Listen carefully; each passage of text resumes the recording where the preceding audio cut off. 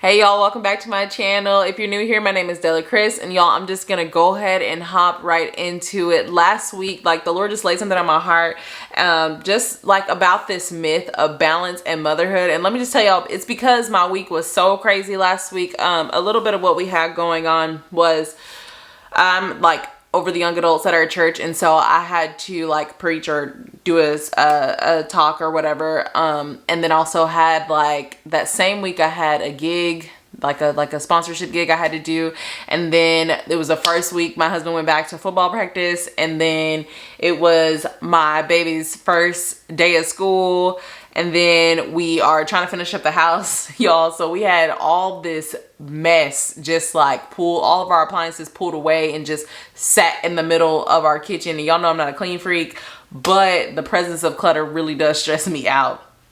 And so we had all that going on that week. On top of all that, I stay at home with my kids. Excuse me, I stay at home with my kids, and I'm doing a 75 hard challenge. And so if you know what that is, that's intense. Whatever, look it up. But I was kind of proud of myself, not because I got it all perfect, but because of the opposite. I didn't get it all perfect, but the way I responded, I felt like was growth in my life, because I used to, like, if I had a week like that, I would get so stressed, because I do like things pretty structured and on my calendar, all the things, the to-do list. But sometimes, y'all know, especially if you're a mom, things don't just go perfect. This is real life here, right? Things are not just lined up waiting perfectly to happen for us. But I was proud of myself and how I responded, because I feel like sometimes we have this myth in our head, like, oh, balance and motherhood looks like we have all these plates spinning at the same time perfectly, like, you know, everything's balanced and no, that's not balance. I'm gonna challenge you guys on the definition of balance, I guess, in motherhood.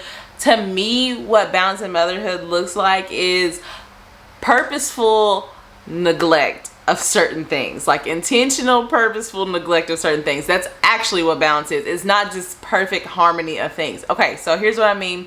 Before you think I'm crazy, last week, for instance, whenever I knew I was working on my talk was due Tuesday night. That's when we had our service.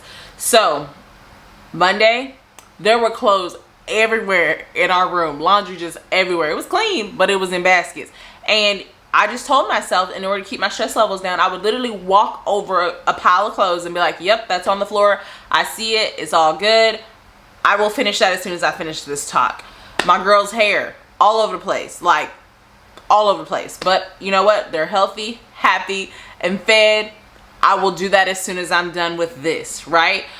Just like a few other things where I was like intentionally making a mark in my head. Okay, yeah, I see that. I see my house is a complete disaster. Again, after I finish this, I will begin to work on that. Or, yep, dinner is not Instagram worthy, but everybody's happy and fed, so this is what we're doing this week. We will do better next week. So what does this look like in your life? Depending on what you have going on in your life, you're going to make an intentional decision that a certain area of your life is going to go on the back burner, and you're not going to have any shame about it. None whatsoever, because certain things in your life and certain seasons and certain, parts, just not even just seasons, like certain weeks, depending on the flow of your calendar at work, or like what's your peak season at work, or it's going to require that certain things go on the back burner. It is what it is. For me, there are a few things that for me, they can't go on the neglect list, right? And for me, that's my husband, right? My kids. And honestly, for me, it's my health. I tried the whole putting the health thing on the back burner, and I'm paying for that now, okay? Let's just say that. And, it's not to say that I don't put exercise as a priority, maybe lower on my list, like the type of exercising that I do, but moving my body cannot go on the neglect list. And y'all, even for me, like, work goes on this list. And I know, and I love to do my best work. I love to work all forms, everything I do for work, I love it, right? But I have to intentionally tell myself, especially I could have a tendency to be a workaholic. So I have to tell myself, okay, yes, right? So after I did my talk, for example, on Tuesday, after our service on Tuesday, on Wednesday, there could have been things that I did that would have maybe taken the organization to another level, or there could have been videos I could have been shooting. But I knew my baby goes to school on Thursday. So today, we're getting his hair washed, braided, you know, we getting the supplies ready. That is our focus, right? And no shame, right? No shame. The emails can wait. This can wait, you know, within reason. You don't want to drop any balls that will, you know what I mean? But y'all catch where I'm going with this. And even my kids, right? Like, they don't go on the neglect list, but hear what I'm saying.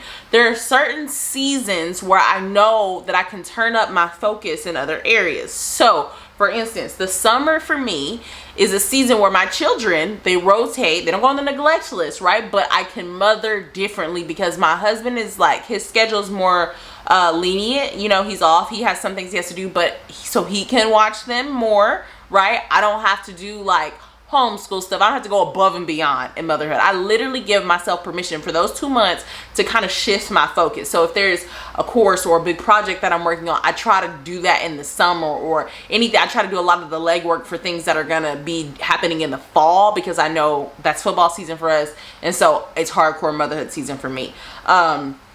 So just making that shift. Also, the summer is a good time for them to spend more time with their grandparents. You know, thinking through things like that helps me kind of bring more balance. And really, it's just that whole, it's powerful giving yourself permission to make the shift. It's powerful for me when I say, okay, it's summer, I'm intentionally shifting. So then there's no mom guilt whenever they get to watch their favorite show for a little bit longer, right? So just those, for me, that's what makes all the difference. And another thing that I don't know, that's hard for me, that I'm still trying, I'm maturing into it. But another thing that goes on the neglect list for me is friendships. And that's hard for me because I am a friendship girl. I love my friends. Like, I always have. My parents, like, they knew in high school somebody was always going to be over the house. I still love my friends. But what I found is in this season where my kids are younger, I don't have time.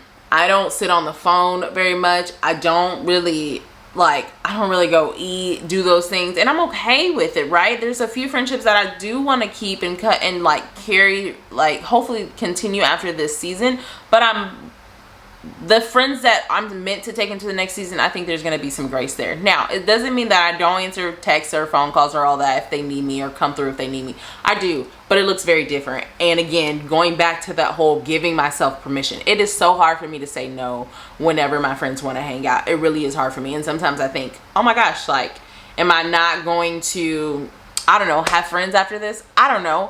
But y'all, giving yourself permission. And then it goes back to that why. Like, what is your why? And this was not even supposed to be a part of the video, so this just must be from the Lord. But what is your why? So for some people, they feel like if I just did less with the YouTube, did less with, you know, the ministry, did less here, did less with my kids, whatever the opinion is, if we want to build a house, whatever, then I could have more time to hang out.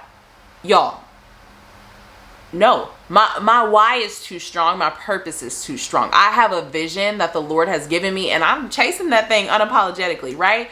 Within balance, obviously my family is my priority, and so if I do have little margins of time, most of the time that's spent right here at the house with my people, right? Like, that's spent sneaking in a date night with my husband, even if it's at home, because we're so tired from just the very nature of having young kids. But now, another cool thing about, like, to consider when you're thinking about balance within your life or balance within motherhoods, I have checkers. I have things that are in place to kind of hold me accountable or kind of gauge, okay, Dela, are you out of balance? Is something off, right? And for me, and you'll create your own list, but I'll share a little bit of mine so that you can kind of have an idea. But for me, it's, are we eating dinner at the dinner table at least 4 to 5 times a night together, right? That dinner may not be everything, but I would prefer it not be fast food. We try not to do that.